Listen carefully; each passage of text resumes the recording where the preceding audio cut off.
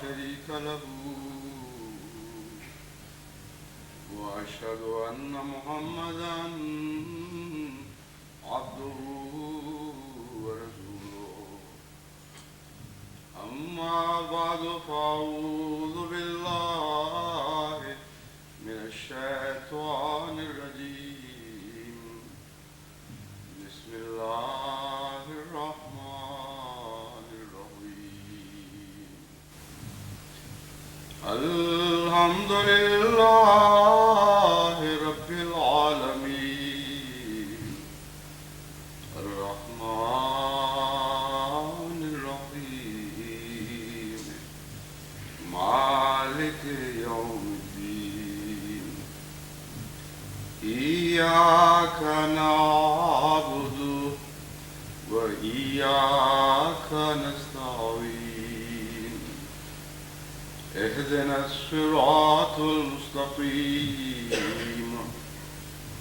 صراط الذين أنعمت عليهم غير المغضوب عليهم ولا الضالين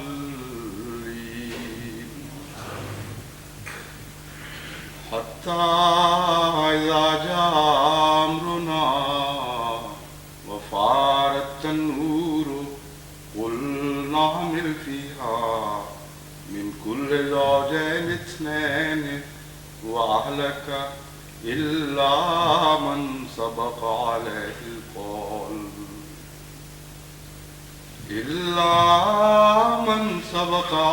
القول وما آمن معه إلا قليل وقال اركبوا فيها بسم الله مجرها ومرساها إن ربي لغفور رحيم وهي تجري بهم في موج كالجبال ونادى نوح ابنه وكان في معزل يا بني اركب معنا ولا تكن مع الكافرين قال سآوي إلى جبل يعصمني من الماء قال لا عاصم اليوم من أمر الله إلا من رحم وحال بينهما الموج فكان من المغرقين.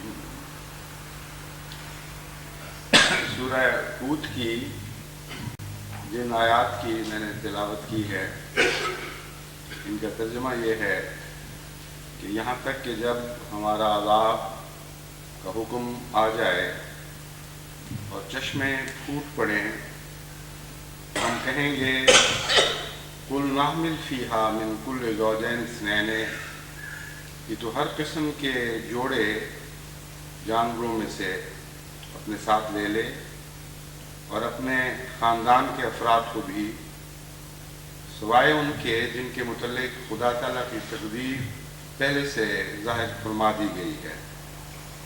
ومن آمنا اور ان کو بھی ساتھ لے لے جو تجھ پر ایمان لائے ہیں. وما آمن معه الا قلیل لیکن افسوس کہ بہت کم تھے ایسے جو حضرت نوح پر ایمان لائے تھے. وقال اركبوا فيها بسم الله مجرها ومرساها ان ربي لغفور رحیم. چنانچہ جب وہ طوفان آ گیا تو اس نے یعنی حضرت نوح نے اپنے ساتھیوں سے کہا اس میں سوار ہو جاؤ بسم اللہ مجرہا اللہ ہی کے حکم کے ساتھ اللہ ہی کے نام کے ساتھ اس کا چلنا اور اس کا لنگر انداز ہونا ہے. ان ربی لغفور الرحیم میرا رب بہت بخشش کرنے والا اور بار بار رحم فرمانے والا ہے. وہ تجری بہم فی موجن کالجبال ہے وہ ان کے درمیان ان کو لے کر چلتی تھی ایسی موجوں کے درمیان جو پہاڑوں کی طرح تھی، یا ایسی موج کے درمیان جو پہاڑ کی طرح تھی۔ وَنَادَى نُوحٌ ابْنَهُ، اس وقت حضرت نوح نے اپنے بیٹے کو پکارا جو ایک گھاٹی میں تھا، ایک طرف مازلن، ارکب معنا، انہوں نے کہا کہ اے میرے بیٹے ہمارے ساتھ سوار ہو جا، وَلَا تَكُن مَعَ الْكَافِرِينَ، اور کافروں میں سے نہ ہو۔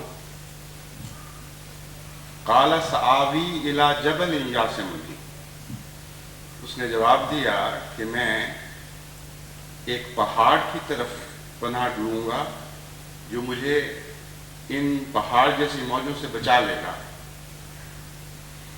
لفظاً فرمایا گیا ہے من الماء، مجھے پانی سے بچا لے گا۔ اس کو میں نے پہاڑ جیسی موجوں سے بچا لے گا اس لیے کہا ہے کہ اس سے پہلے قرآن کریم فرما چکا ہے کہ ایسی موجوں کے درمیان کشتی چل رہی تھی جو پہاڑ کی طرح تھی، اور یہ موازنہ فرمایا گیا ہے کہ ایک طرف ایک ایسی کشتی میں کچھ سوار تھے جن کو پہاڑ کی طرح موجوں سے خطرہ لاحق تھا، دوسری طرف ایک ایسا شخص تھا جو ان موجوں کے مقابل پر واقعتاً خشکی کے پہاڑ میں پناہ ڈھونڈ رہا تھا۔ لیکن کیا ہوا؟ جب حضرت نوح نے یہ جواب سنا تو فرمایا لا عاصم اليوم من امر اللہ، خدا کے حکم سے کوئی چیز آج بچا نہیں سکتی۔ وحال بینہم الموج فکان من المغرقین، اور ان دونوں کے درمیان ایک موج حائل ہو گئی اور وہ مغرقین یعنی غرق ہونے والوں میں سے ہو گیا۔